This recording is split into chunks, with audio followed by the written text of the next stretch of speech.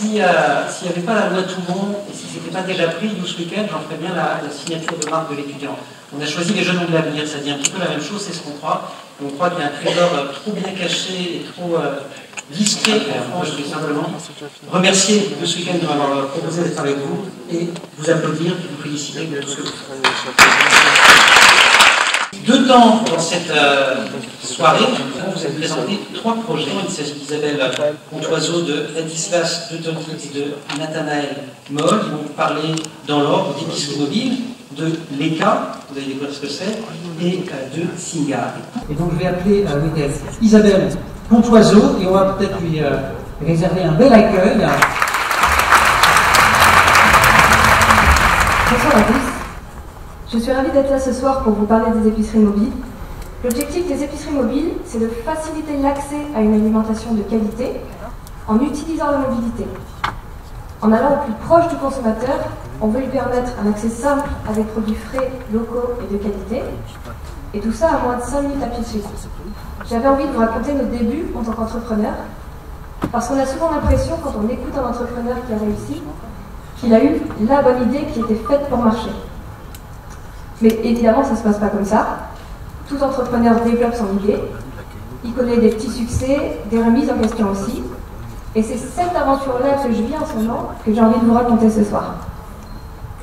Alors pour moi, l'aventure commence en 2012, même si à cette époque, je ne le savais pas encore. Je finis mes études en économie sociale et je cherche mon premier emploi. Mais voilà, comme beaucoup de jeunes aujourd'hui, j'ai du mal à trouver dans la branche, et surtout, je sens que ça va être long. Donc je décide de trouver un petit boulot en attendant. Et c'est comme ça que je deviens poissonnière sur les marchés. Mais la poissonnerie, c'est une révélation parce que je m'éclate sur les marchés. Petit à petit, je connais mes clients, je sais ce qu'ils aiment, et je les amène à découvrir de nouveaux produits parce qu'il y a un vrai lien de confiance qui s'est créé entre nous. Et j'ai un premier déclic, le jour où je prends conscience en tant que commerçante, grâce à cette confiance, je peux agir concrètement sur la façon de manger les gens. Et quelques mois plus tard, je travaille en tant que chargée de développement dans une épicerie sociale. Et en discutant avec les familles bénéficiaires, je me rends compte qu'elles ont toutes des préoccupations sur l'alimentation, mais aucune ne trouve de bons produits à proximité de chez elles dans son quartier. Et c'est mon deuxième déclic. Je me rends compte qu'aujourd'hui, mieux manger, c'est plus la préoccupation de personnes urbaines un peu aisées, parce qu'après les différents scandales alimentaires qu'on a connus ces 10 dernières années, c'est la majorité des consommateurs qui veulent aller vers des produits de meilleure qualité, qui ont un vrai goût, et dont on peut tracer facilement l'origine et la composition. Et bien le problème, il est là. Manger mieux, oui. Encore faut-il avoir accès à des produits de qualité proches de chez soi.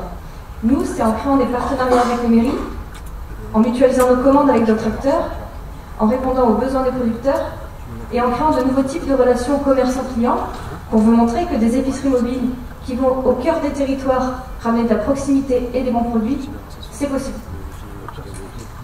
Voilà, je vous ai dressé un petit panorama de nos débuts d'entrepreneurs. On a acquis plein de nouveaux contenus, plein de nouvelles compétences, on a négocié avec des mairies, on a rencontré des producteurs, on a défendu notre projet, puis ça va s'accélérer, on va encore découvrir plein de nouvelles choses.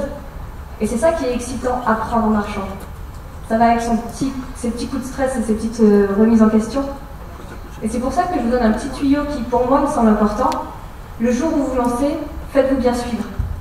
Parce que quand je vous dis qu'on apprend en marchant, moi j'ai un naturel plutôt réservé. Et il y a quelques années, on m'aurait dit que je présenterais mon projet au Palais Brongniart, je crois que j'aurais éclaté de rire. Mais voilà, ce soir je suis là, c'est une nouvelle étape dans l'aventure, c'est une belle étape pour les épiceries mobiles et je suis contente de l'avoir partagé avec vous. Merci beaucoup. Ladislas, c'est l'heure.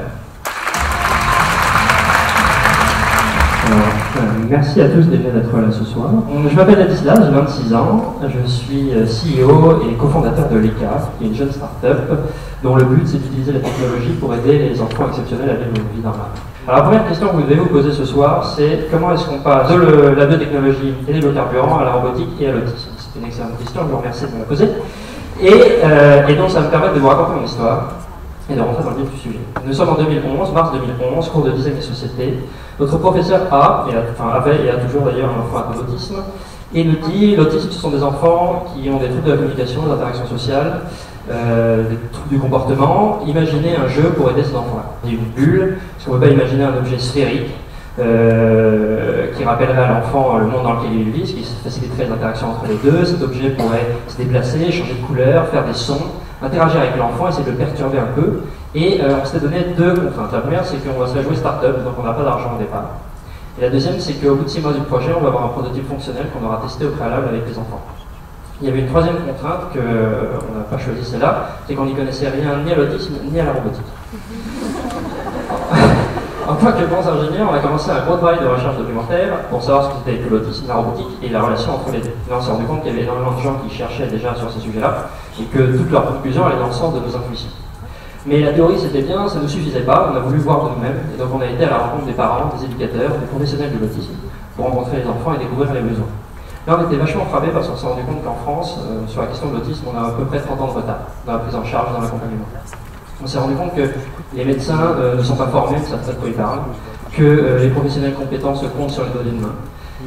On s'est rendu compte que c'est un écosystème dense, complexe, où les associations de parents se battent contre les pouvoirs publics pour permettre à leur enfant d'avoir une prise en charge plus adaptée. Et tout ça, plutôt que de nous faire peur et de se dire « oh là là, est-ce qu'on va y arriver ?», ça nous a plutôt ultra motivés et ça a été vraiment moteur dans le déroulé du projet. Quand on parlait d'entrepreneuriat, ça n'allait pas vraiment avec. Les gens nous parlaient plutôt de levée de fonds, de dividendes, de ventes. Et le côté impact qu'on pouvait avoir, les gens nous regardaient avec des grands yeux, un peu comme si on était une bande de hippies ou de bisounours. Et ça, c'était un peu frustrant pour nous. Et en parallèle, au même moment, on a participé à un concours qui s'appelle la GSUC, organisé par le SEC, qui est un concours dédié à l'entrepreneuriat social. Et là, on s'est rendu compte que tout ce qui nous motivait, nous, et ben, des gens l'avaient théorisé et qu'il n'était pas complètement idiot de parler d'impact social. En novembre 2013, mon associé Marine Couteau, qui est notre CAO, Chief Autism Officer, est venue me rejoindre. Ça, c'était une énorme bouffée d'oxygène. C'est elle qui s'occupe de toute la partie autisme. C'est elle qui gère les relations avec les parents, avec les centres, avec les chercheurs. C'est elle qui fait les tests, qui rédige les protocoles, qui les fait valider, qui, en quelque sorte, permet de voir quels sont les besoins des enfants, des éducateurs, des parents, qui les traduit à plan spécificité du produit que moi je code, et puis après elle valide tout ça en faisant des tests.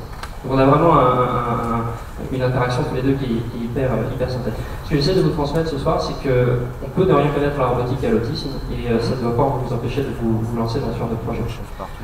Il y a un truc qui est vrai en entrepreneuriat, c'est que la vie est dure, il y a plein de choses qui sont compliquées, on prend des risques. Le seul truc qui est vrai, c'est que rien n'arrive par hasard, rien n'arrive tout seul. En tant qu'entrepreneur, vous êtes obligé de faire en sorte que les choses arrivent si vous voulez qu'elles arrivent. Et c'est pour ça que vous devez vous battre, peu importe votre projet, peu importe le domaine, peu importe. Il faut se battre tous les jours pour arriver à ce que votre projet marche. J'appelle Nathanaël pour parler de Singa, un projet qui vise à accompagner les réfugiés. Bonjour, je m'appelle Nathanaël, donc je suis cofondateur et directeur de Singa. Je travaille avec des personnes réfugiées, et quand je dis aux personnes que je travaille avec des personnes réfugiées, un des premiers commentaires qui me revient, c'est dis-moi, tes réfugiés là, ils sont légaux ou... Et en fait, cette question, elle pose exactement le problème qu'on essaie de résoudre. C'est-à-dire que dans l'imaginaire collectif des Français, qui est fortement influencé par les médias, par les politiques, le réfugié serait ça va être dur de faire ça avec le micro, un pauvre. Ça serait une personne qui viendrait le plus souvent d'Afrique, qui serait entrée illégalement en France, qui serait venue pour profiter de notre système, d'une situation économique superbe, et qui du coup coûterait beaucoup d'argent à la société. On oublie aussi surtout que le réfugié, c'est une personne qui peut contribuer à la société dans laquelle elle habite. Pour moi, l'aventure Singa, elle a commencé réellement il y a maintenant 3 ans et demi. Après mes études, je suis allé vivre au Maroc, à Rabat.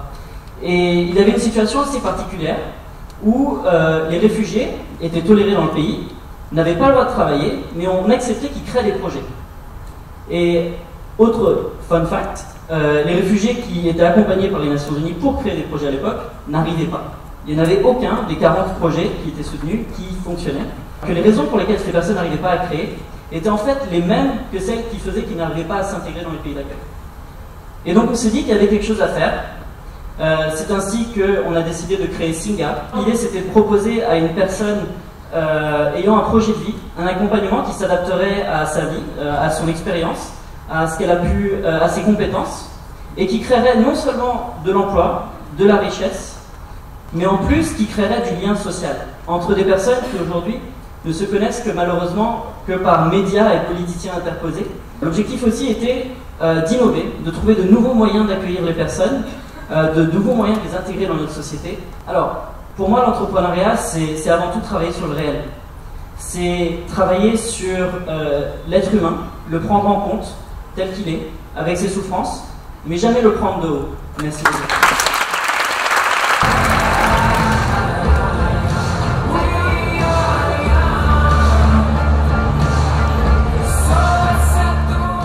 Donc je pense que le premier conseil, c'est de démarrer petit.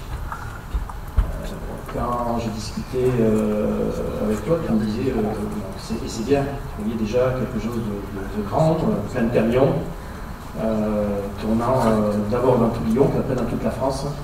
Il faut être ambitieux, mais il faut être ambitieux et aller étape par étape. Il ne faut pas avoir peur de commencer petit. Delphine Bateau, alors, mais peut-être quand même un petit brin d'expérience à partager. Peut-être casser les clichés un peu sur les startups. Où les startups, c'est forcément dans le domaine numérique, ça n'a forcément pas trop de rapport avec la production industrielle. Je pense tout à l'heure dans ton témoignage, on a bien senti l'ingénieur. Et ça m'intéressait aussi de parler d'innovation industrielle et technologique, j'allais dire en dur. Moi, le conseil que je donnerais peut-être, c'est de faire une communauté ou un comité de soutien autour du projet, notamment par les familles, les gens qui travaillent auprès des enfants. Qui sont en même temps des vecteurs, enfin des gens qui s'engagent pour la cause de ce projet. Je pense que quand tu l'as présenté tout à l'heure, on a vraiment senti ça. Quand tu disais la France a 30 ans de retard, voilà.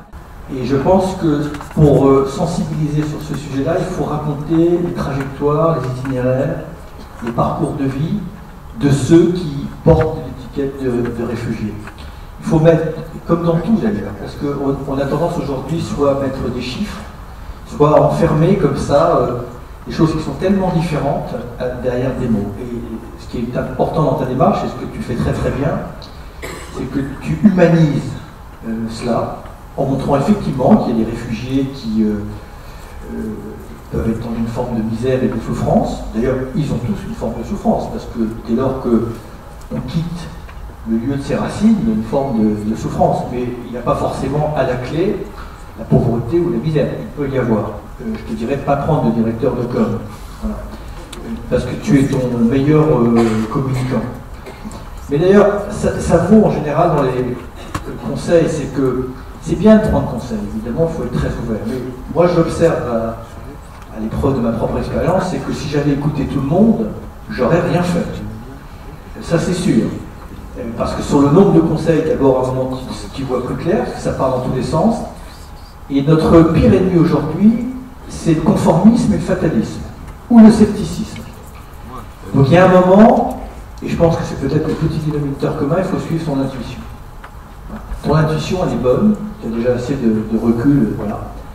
Alors évidemment, moi je suis particulièrement séduit évidemment par l'ensemble des projets, mais celui-là, pourquoi? D'abord parce que il a une dimension d'engagement, il a du sens, il anticipe sur une réalité qui va ne cesser que d'augmenter, parce qu'on sera dans un monde de déplacement, et donc ce monde sédentaire, arc-bouté, crispé comme ça derrière des frontières, derrière des murs virtuels ou réels, est un monde obsolète.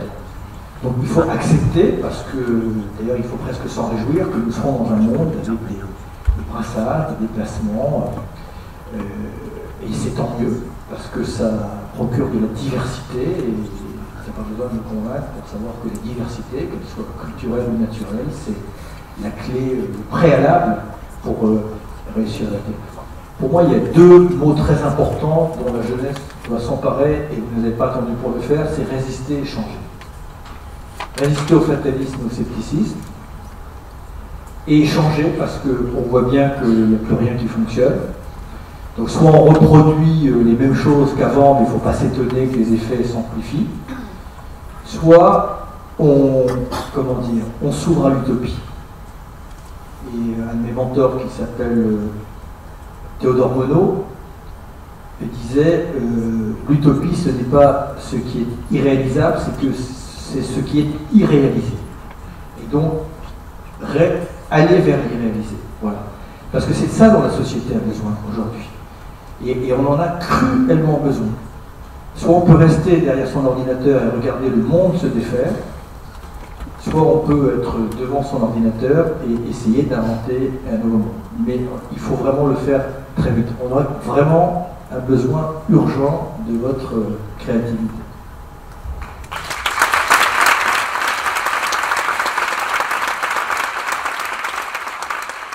Non, moi je voulais juste dire une chose, c'est que je pense que la société elle est en fait complètement disponible pour s'engager.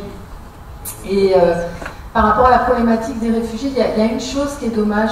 Tout à l'heure on a discuté un petit peu, je vous demandais, mais les à peu près 10 000 réfugiés que la France accueille chaque année, ils viennent de quel pays? Et tu m'as parlé, je te suis toi, de Centrafrique, de la Syrie. Et je me suis dit, il y a quand même quelque chose de dommage, c'est que les gens ne savent pas qu'on accueille aujourd'hui des réfugiés syriens de Centrafrique ou de plein d'autres pays. Je pense qu'il y a quelque chose à réveiller là, dans la société française, qu'aujourd'hui les gens se posent beaucoup de questions sur la situation internationale, cherchent à comprendre ce qui se passe, et que donner un visage aux personnes qui sont victimes de ces conflits, organiser une solidarité de la société française avec eux, je pense que c'est quelque chose qui doit être possible. Bravo, merci.